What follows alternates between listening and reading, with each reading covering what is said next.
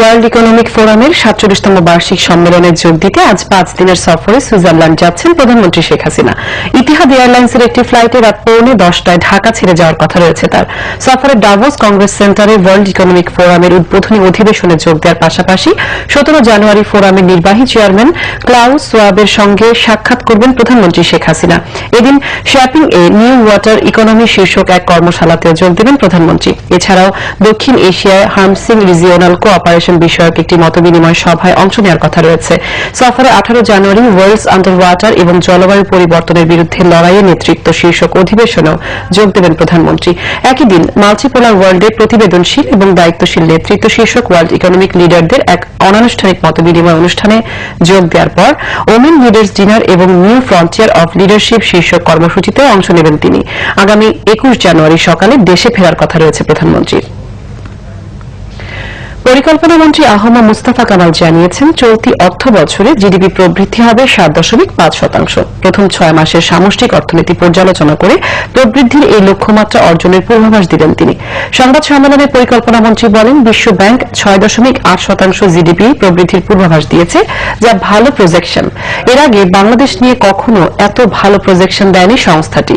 মন্ত্রী জানান, একনেকে পাশ হওয়া প্রকল্প বাস্তবায়নে মনিটর করবে সরকার। আগে মনিটরিং ব্যবস্থা না থাকায় এডিপি বাস্তবায়ন কম হতো, এতে রেমিটেন্স কমেনি জানিয়ে মন্ত্রী বলেন, সঠিক উপায়ে না এসে হুন্ডি বা অন্যান্য মাধ্যমে অর্থ আসছে। অবৈধ চ্যানেলগুলো সরকার শনাক্ত করেছে বলে জানান তিনি। প্রণোদনা বা অন্য কোনো উপায়ে রেমিটেন্স আসার অবৈধ চ্যানেল বন্ধ করার চিন্তা সরকার করছে বলে জানান আহম মুস্তাফা কামাল। নারায়ণগঞ্জে চাঞ্চল্যকর 7 খুনের মামলার রায় কাল। আসামিদের সর্বোচ্চ শাস্তির আশা রাষ্ট্র ও বাদী দুই পক্ষেরই। খুনিদের ফাঁসি হলে স্বামীর আত্মা শান্তি পাবে বলে মনে করেন নিহত কাউন্সিলর নজরুল ইসলামের স্ত্রী বিউটি। এদিকে দুর্ধর্ষ আসামি নূর হোসেন সহ র্যাবের সাবেক 3 কর্মকর্তাকে আদালতে হাজির করার বিষয়ে বিশেষ সতর্ক পুলিশ। প্রায় 2 বছর দীর্ঘ শুনানি শেষে নারায়ণগঞ্জের আলোচিত 7 খুনের 2টি মামলার রায় হচ্ছে সোমবার। 38 কার্যদিবসে মোট 127 জন সাক্ষীর মধ্যে 106 জনের সাক্ষ্য গ্রহণ ও যুক্তিতর্ক শেষে আদালত রায়ের এ তারিখ দেয়। আদালতে 164 ধারায় জবানবন্দি দিয়েছে 21 আসামি এবং 20 সাক্ষী। সাক্ষ্য ও যুক্তিতর্কে অপরাধ প্রমাণ হয়েছে বলে দাবি রাষ্ট্রপক্ষের আইনজীবীর। সর্বোচ্চ শাস্তির আশা তার। ষড়যন্ত্র এবং পরিকল্পনা মাফিক এই হত্যাকাণ্ডটি বাস্তবায়ন করেছে এই সাক্ষ্য প্রমাণের মাধ্যমে আমরা সম্পূর্ণভাবে প্রমাণ করতে সক্ষম হই। নূর হোসেন, তারেক সাইদ, মেজর আরিফ এবং রানা সহ যারা অন্যান্য সকল আসামিরা ছিলেন তাদের মৃত্যুদণ্ড প্রার্থনা করে আবেদন করেছিল। ভাড়াটিয়া খুনি হিসেবে এমন নির্মম হত্যায় জড়িত র্যাবের বিপদগামী সদস্যদের উপযুক্ত শাস্তি চান বাদীপক্ষের আইনজীবী। যে আসামি যে পর্যায়ে অংশগ্রহণ করেছে সকল বিষয়গুলো অত্যন্ত সুচারুরূপে আজকে আমরা মনে করি প্রমাণিত হয়েছে। সর্বোচ্চ শাস্তি আমরা এই আদালত থেকে পাব। স্বামী হত্যাকারীদের ফাঁসির দাবি জানিয়ে প্যানেল মেয়র নজরুল ইসলামের স্ত্রী সেলিনা ইসলাম বিউটি জানান, পরিবার নিয়ে শঙ্কায় আছেন তিনি। যেভাবে নিষ্ঠুরভাবে তারা হত্যা করেছে, আমরা এর বিচার আল্লাহ যেন তাদের সর্বোচ্চ সাজাই দেয় এবং সাজাটাও যেন দ্রুত কার্যকারিতা করে। একটু ভয় এবং আতঙ্কে আছে আমরা ছেলে মেয়েদের নিয়ে। রায় নিয়েও খুব ভয় যে কাল পরশুদিন কিভাবে যাবো 16 তারিখে, এটা নিয়ে প্রচন্ড ভয় পাচ্ছি। ছেলে হত্যার বিচার দাবি করলেন নিহত তাজুলের বাবা আবুল খায়েরও। যারা এই অন্যভাবে যারা এই ধরনের ঘটনা ঘটিয়েছে তাদের সর্বোচ্চ শাস্তি ফাঁসি হোক। এদিকে রায় ঘোষণার দিন 4 আসামি নূর হোসেন ও র্যাবের সাবেক 3 কর্মকর্তাকে হাতকড়া লাগিয়ে ও রশি বেঁধে আদালতে হাজির করতে স্বরাষ্ট্র মন্ত্রণালয়কে অনুরোধ করেছে পুলিশ সদর দপ্তর। 2014 সালের 27 এপ্রিল অপহরণের পর হত্যা করা হয় নারায়ণগঞ্জের panel mayor Nazrul Islam, senior আইনজীবী চন্দন সরকার সহ 7 জনকে। এই ঘটনায় 2 মামলায় আসামি করা হয় 35 জনকে। এদের 23 জন কারাগারে রয়েছে, আর পলাতক 12 জন। Bangladesh news desk. ওয়েলিংটন টেস্টের খবর। সব সম্ভাবনা বাঁচিয়ে রেখে 5ম দিনে গড়ালো বাংলাদেশ নিউজিল্যান্ড প্রথম টেস্ট। প্রথম ইনিংসে নিউজিল্যান্ডকে 539 রানে আটকে দিয়ে 56 রানের লিড নিয়েছে মুশফিক বাহিনী। যদিও চতুর্থ দিন শেষে 66 রান তুলতেই সাজঘরে ফিরে গেছেন 3 বাংলাদেশি ব্যাটসম্যান। 122 রানে এগিয়ে থেকে 5ম দিনে মাঠে নামবে বাংলাদেশ।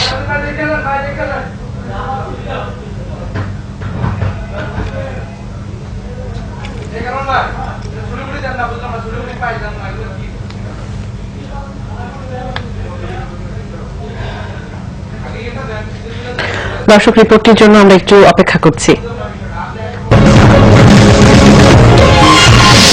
গাইবান্ধার এমপি লিটন হত্যায় আশরাফ ও সহযোগী জহির দুদিনের রিমান্ডে।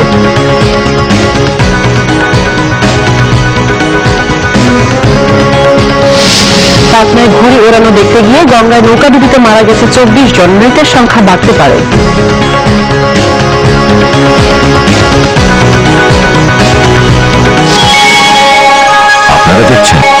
আপনারা দেখছেন বাংলাভিশন সংবাদ।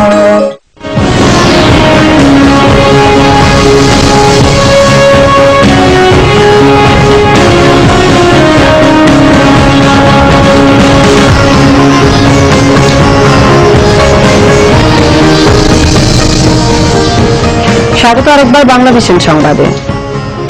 এমপি লিটন হত্যার সন্দেহভাজন প্রধান আসামি আশরাফুল ও তার সহযোগী জহিরুল ইসলামকে দুদিনের রিমান্ডে পাঠিয়েছে আদালত।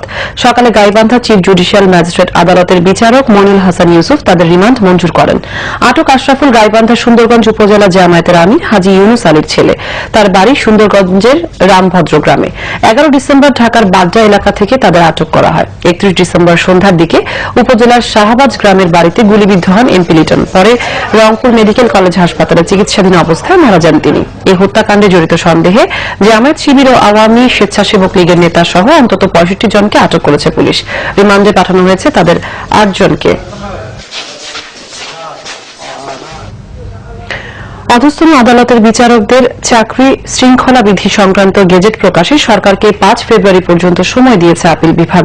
রবিবার প্রধান বিচারপতি সুরেন্দ্র কুমার সিনহার নেতৃত্বে সুপ্রিম কোর্টের আপিল বিভাগের পূর্ণাঙ্গ বেঞ্চ এই আদেশ দেয়। অ্যাটর্নি জেনারেল মাহবুবে আলম সময়ের আবেদন করলে আদালত তা মঞ্জুর করে। এর ফলে গেজেট প্রকাশে আরো 20 দিন সময় পেল সরকার। মাজদার হোসেন মামলার রায় অনুযায়ী নিম্ন আদালতের বিচারকদের শৃঙ্খলা বিধির একটি খসড়া মন্ত্রণালয় থেকে আদালতে দাখিল করা হয়। এটি সংশোধন করে গেজেট আকারে প্রকাশের আদেশ দিয়েছিল আপিল বিভাগ। সেই গেজেট প্রকাশে কয়েক দফা সময় নেয় সরকার। বিচারের আশায় অপেক্ষা করছি। Thank you.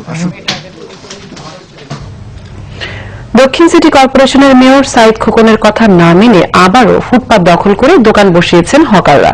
সকাল থেকে হকাররা নিজ নিজ স্থানে মালামাল সাজিয়ে বসেছেন। গুলিস্তান কমপ্লেক্স থেকে গোলাপশাহ মাজার ও আন্ডারগ্রাউন্ড মার্কেট সহ ফুটপাত ও সড়ক দখল করে আবারও ব্যবসা শুরু করেছেন তারা। এ সময় হকাররা অভিযোগ করেন, পুনর্বাসন ছাড়া হকার উচ্ছেদ করা ঠিক হবে না। সন্ধ্যা 6:30টার পর হকারদের বসতে দেওয়ার সিদ্ধান্তের তীব্র প্রতিবাদ জানান তারা। তাদের দাবি, সিটি কর্পোরেশনকে ট্যাক্স দিয়ে হলেও ফুটপাতেই বসতে দিতে হবে। তবে ফুটপাত দখল করে আবারও হকার বসার বিষয়ে সাংবাদিকদের সাথে কথা বলতে রাজি হননি সিটি কর্পোরেশন কর্তৃপক্ষ। আর হকার বসার বিষয়ে কিছু জানে না পুলিশ। এসব দায়িত্ব সিটি কর্পোরেশনের বলে জানায় তারা।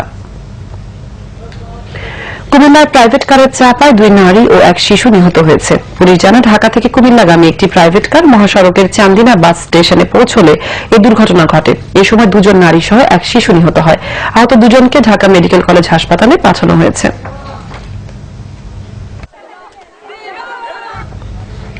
এবারে আমিন জুয়েলার্স আন্তর্জাতিক সংবাদ।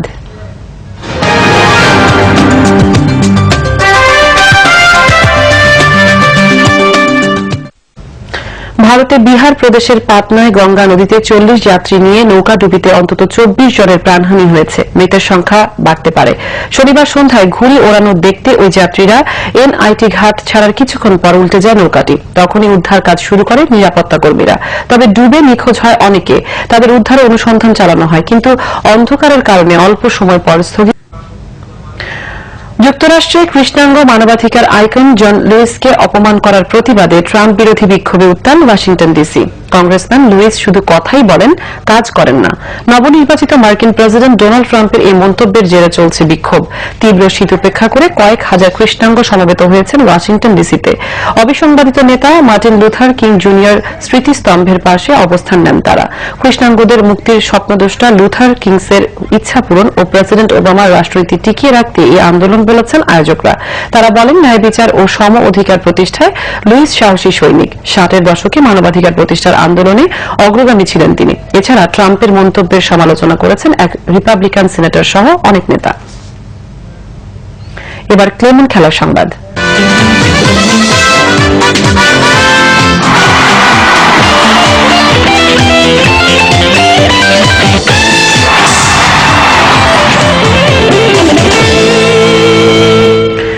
ইউরোপিয়ান ক্লাব ফুটবলের খবর। স্প্যানিশ লা লিগায় গোল উৎসব করে জয় ফিরেছে বার্সেলোনা। কাল ঘরের মাঠে লাস পালমাসকে 5-0 উড়িয়ে দেয় বর্তমান চ্যাম্পিয়নরা। ইংলিশ প্রিমিয়ার লিগে চেলসিও 3-0 লেস্টারকে উড়িয়ে মজবুত করেছে শীর্ষস্থান। লা লিগায় গত ম্যাচ ভিয়ারিয়ালের মাঠে 1-1। সংবাদ শেষ করব উজালা পেইন্ট সংবাদ শিরোনামগুলো আরেকবার জানিয়ে। শেষ হলো বিশ্ব ইজতেমার প্রথম পর্ব। মুসলিম উম্মার শান্তি সমৃদ্ধি কামনা আখেরি মোনাজাতে গণভবন থেকে প্রধানমন্ত্রীর অংশগ্রহণ। নারায়ণগঞ্জে চাঞ্চল্যকর 7 মার্ডারের রায় কাল। খুনিদের মৃত্যুদণ্ড চান স্বজনরা। নূর হোসেন সহ দুর্ধর্ষদের বিষয়ে সতর্কতায় আদালতে তুলবে পুলিশ। ওয়েলিংটন টেস্টের চতুর্থ দিন শেষে 122 রানে এগিয়ে বাংলাদেশ। দ্বিতীয় ইনিংসে 3 উইকেট হারিয়ে কঠিন পরীক্ষা টাইগাররা। এই ছিল এখনকার মতো, পরের সংবাদ বিকেল 4টায়। এর আগে 3টায় রয়েছে নিউজ টপ 10 দেখার আমন্ত্রণ রইল। এছাড়া দেশ বিদেশের সবশেষ সংবাদ সবার আগে জানতে গ্রামীণ ফোন বাংলা লিংক এয়ারটেল থেকে ডায়াল করুন 1616 এই নম্বরে। এতক্ষণ